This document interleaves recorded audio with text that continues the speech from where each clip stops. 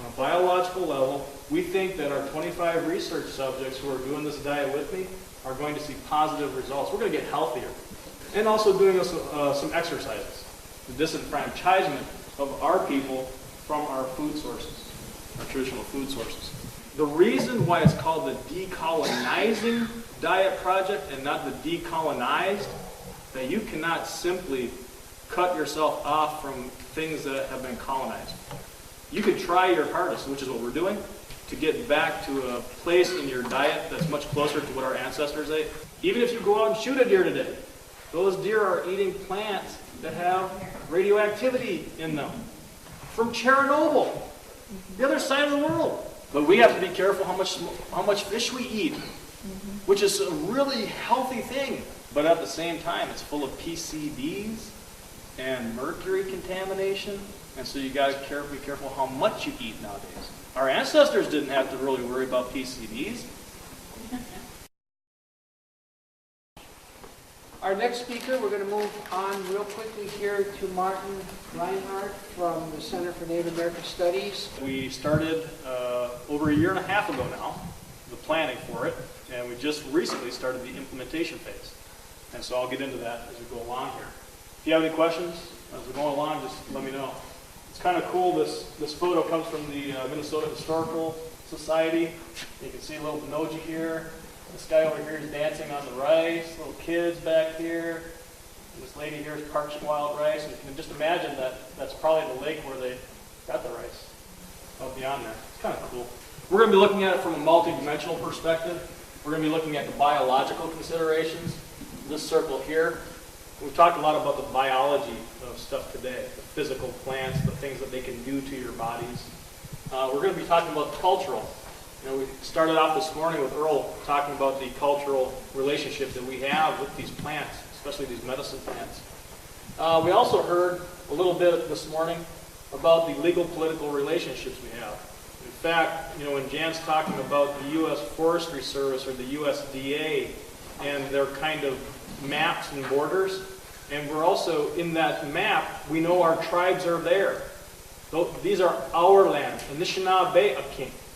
It's our land. And so we share these borders. In fact, I have my students, one of the things we start off the semesters with every time to talk about the Thomas Theorem. Those things which people believe to be real are in fact real in their consequences.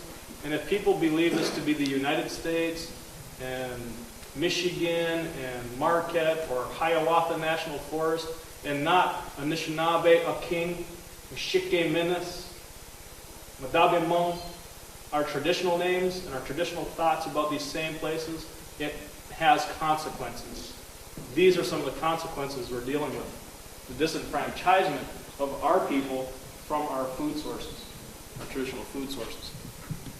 So, we have a few goals for the Decolonizing Diet Project. We want to connect or reconnect humans with foods that are indigenous to the Great Lakes region and foods that were part of the indigenous peoples, with a capital I, diets in the region prior to colonization. So in the DDP, we're talking about foods that are native, the native plant species that Jan was talking about, but also those cultivated species that we, as indigenous people, introduced into this region before others came along into the same area. So we were already cultivating species. You've heard of the three sisters, corn, beans, and squash. It's kind of funny because my wife and our friend April Lindela and another friend, Lisa Brunk, some of you may know Lisa, they were all kind of walking together. I said, hey, you guys look like corn, beans, and squash. So there's a fourth sister, though, some of you guys don't realize. A fourth sister that's common to native gardens. And I really didn't realize it until I started looking further into our food sources. And that's sunflowers. Often the corn, beans, and squash are grown together because they are mutually beneficial to each other. But the sunflowers were planted along the sides of the kitagan, the garden. And that provided seeds, and also it would stop some animals from coming into the garden. They'd stop at the sunflowers. So that's kind of cool. So the other goal is to provide food-related data for tribal communities and others that are working toward revitalization of our indigenous communities and cultures. We want to provide real data.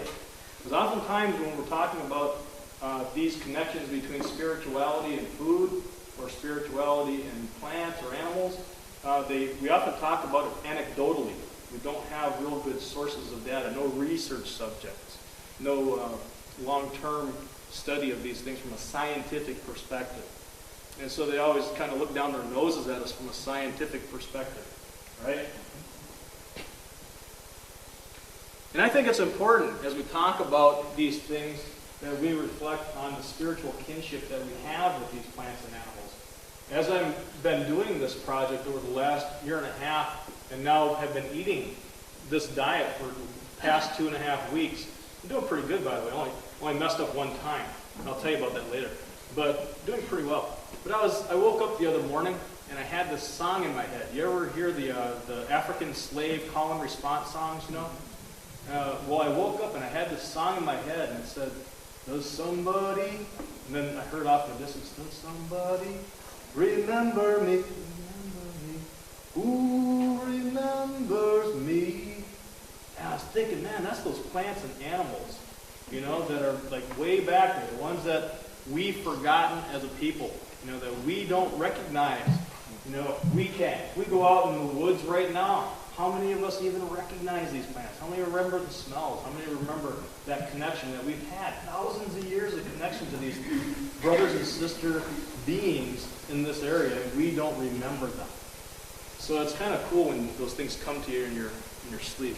So with that kind of theoretical or philosophical approach, we came up with a couple hypotheses that we're going to prove or disprove during this course of this study, hopefully.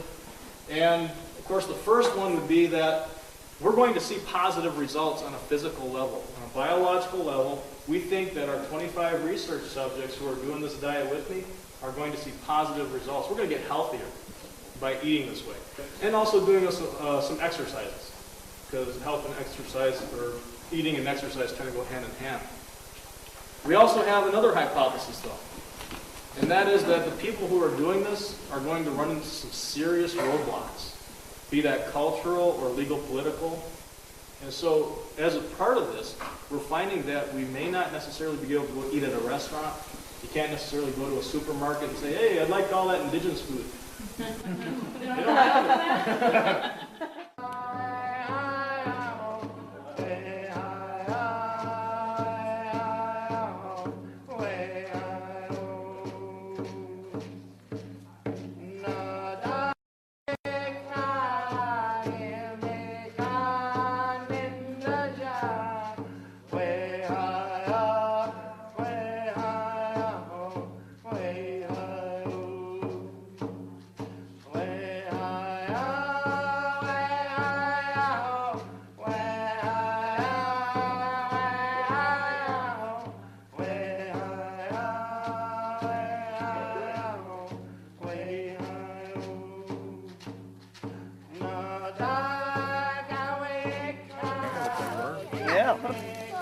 When it's getting on you.